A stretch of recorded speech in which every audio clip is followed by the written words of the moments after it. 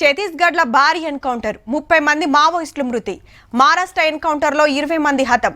బస్తార్ ఎదురుకాల్పుల్లో 18 మంది కన్నుమూత. దంతేవాడలో జవాన్ల దండయాత్ర 12 మంది నక్సల్స్ మృతి. జార్ఖండ్లో 40 మంది మావోల లొంగుబాటు. గిసొంటి వార్తలు మస్తు పెరిగినాయి. నడమ రేపు ఇంతకంటే ఎక్కువనే ఉండేటట్టున్నాయి. ఇంకో 2 ఏళ్లల్లా అన్నల అడ్రస్ లేకుండా చేస్తారట దేశంలా.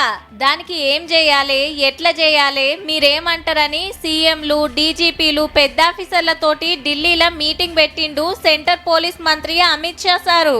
అన్నలుండే ఛత్తీస్గఢ్, జార్ఖండ్, ఒరిస్సా, మహారాష్ట్ర, బెంగాల్, బీహార్, మధ్యప్రదేశ్, కేరళకెళ్ళి మనకాడికెళ్ళి CM Revanth Reddy sir, DGP, CS, Andhra నుంచి పోలీస్ మంత్రి అనిత మేడం పోయినరు ఈ ముఖ్యమైన మీటింగ్ కు. ఈ ఏడు 723 మంది నక్సలైట్లు సరెండర్ అయితే 202 మంది ఎన్కౌంటర్ అయిందట. చీమల్ దూరని అడవిలకు స్పెషల్ పోలీసులు జొర్రి అందరిని వేసి పాడేస్తున్నాం, లొంగిపోకుంటే కథమే అన్నాడు అమిత్ షా సారు. ఈ 10 ఏళ్లల్లా గా అడవిలా 12,000 కిలోమీటర్ల రోడ్లేసిండ్రట, 15,000 సెల్ ఫోన్ టవర్లు పెట్టిండ్రట. अप्रैल 2026 में बता पाए कि इस देश को राज्य सरकारें और केंद्र सरकार ने मिलकर नक्सलवाद की समस्या से पूर्णतया मुक्त कर दिया है. ఇదే టైంలా కామ్రేడ్ నారాయణ సారు గీ సలహా ఇచ్చిండు సెంటర్ వాళ్ళకు. మరి భారతదేశంలో జరిగే రేపులు, మర్డర్స్, కిల్లింగ్స్ ఇవన్నీ జరుగుతూనే ఉన్నాయి.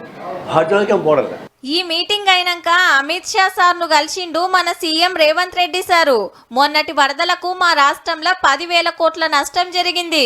మీరు 416 కోట్లే ఇచ్చిండ్రు, ఇంకింత సాయం కావాలని కోరిండట. అట్లనే మూసీ నదిని ముద్దుగా చేస్తానికి పైకమియమని అడిగిండట.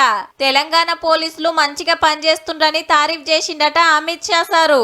ఈడికెళ్ళొచ్చి కేంద్ర పట్టణాభివృద్ధి శాఖ మంత్రి మనోహర్ లాల్ ఖట్టర్ సార్ను కలిసి మూసీని తేటగా చేసే కార్యానికి ఆసరా కావాలంటే సరే అన్నాడట ఆ సారు.